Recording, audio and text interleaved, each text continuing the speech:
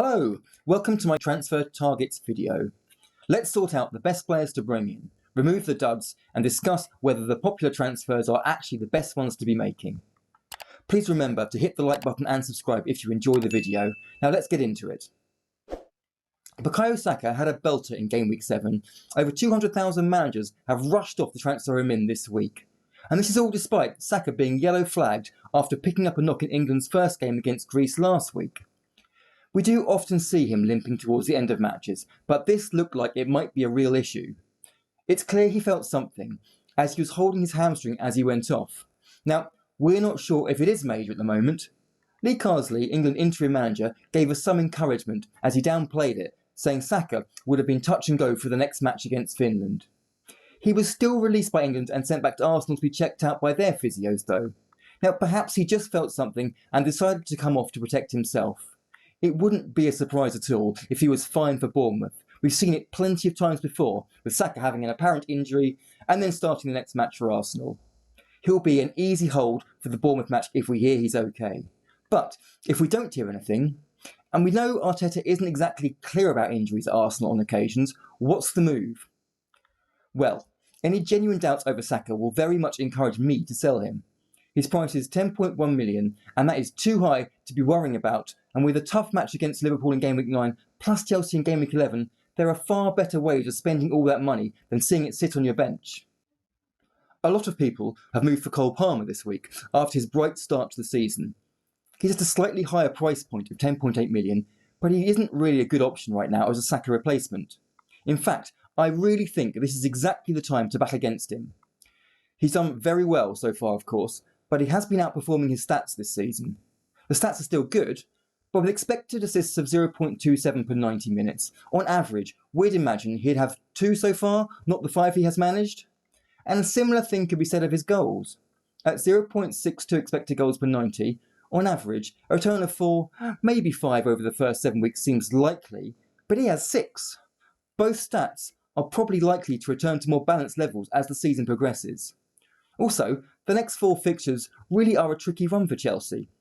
Liverpool and Arsenal are about as hard as it gets.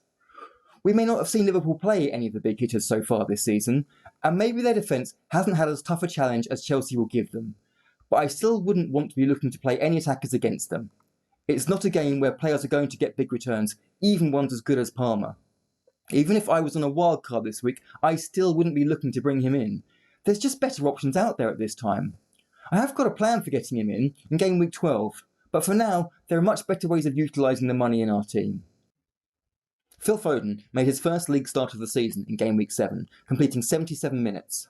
He cost slightly less than Saka, Son and Palmer, having now dropped to 9.2 million, but I think he more than competes with all of them over the next 4 weeks.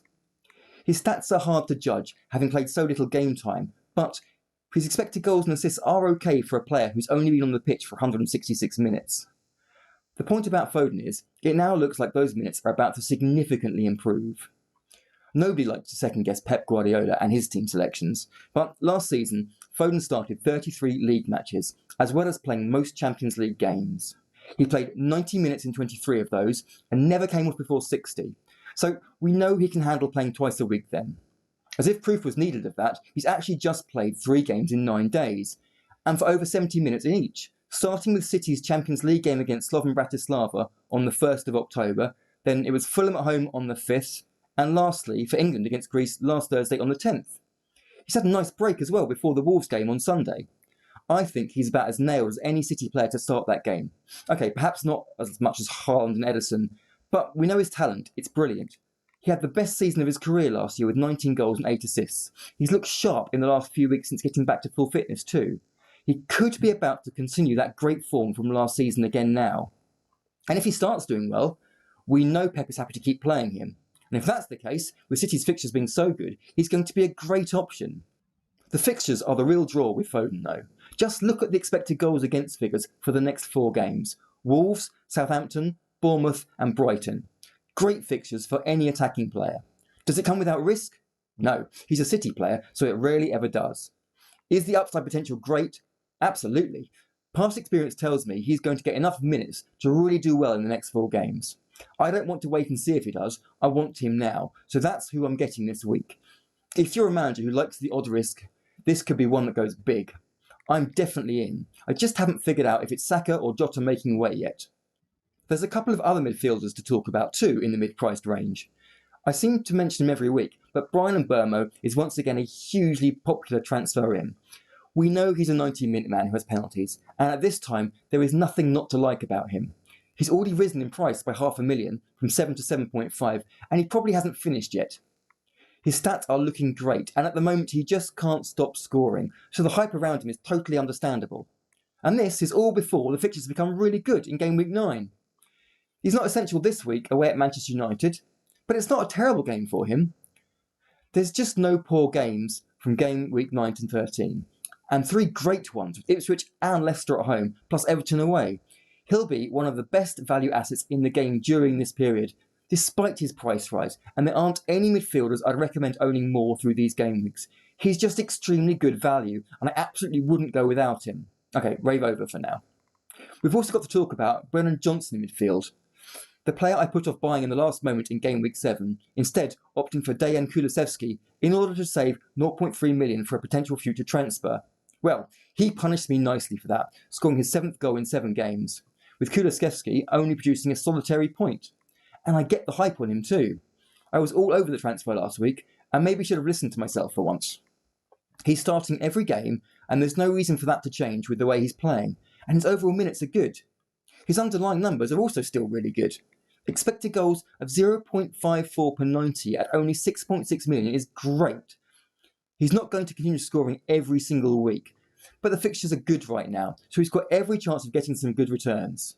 West Ham, Palace and Ipswich in the next 4 are defences to be targeted, and the 2 home games against Villa and Fulham are okay as well. City is tough, but the way Spurs play, it's a match they can cause City problems in. We've seen them do it before, and that doesn't stop this remaining a very nice run. I'm really enthusiastic about owning a Spurs attacker during this time. Maddison, Kulusevski, Solanke, they're all good options in their mid-price range. Johnson currently sits top of that list though. He's the one with the biggest goal threat, finding himself in the most attacking positions at the moment, and he's taking full advantage and putting the ball in the net regularly. For his price, he's a great transfer in this week. The most transferred in defender, would you believe, is James Justin of Leicester City.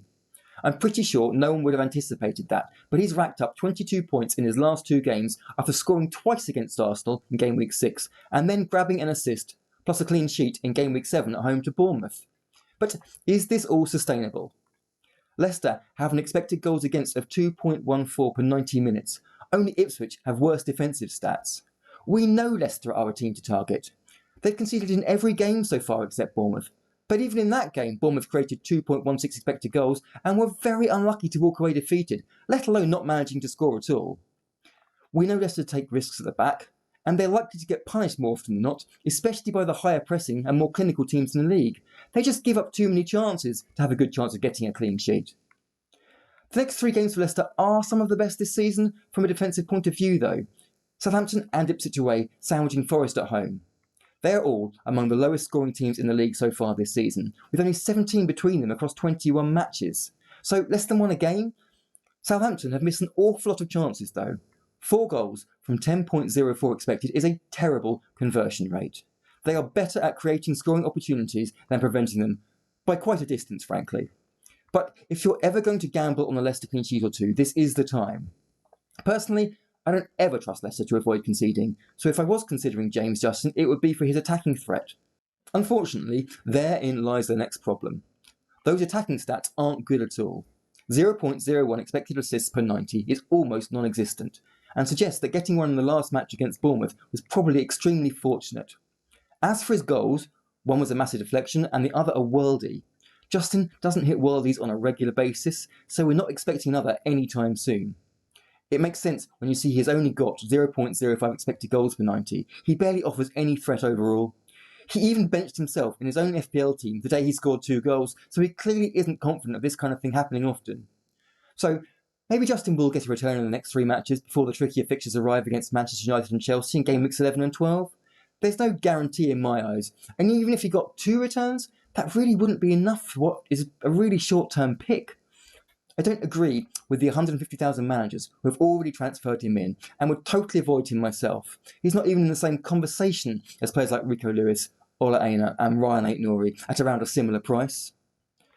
That's all for now. Thanks for watching, and as always, please hit the like button and subscribe if you enjoyed it. See you for the next one.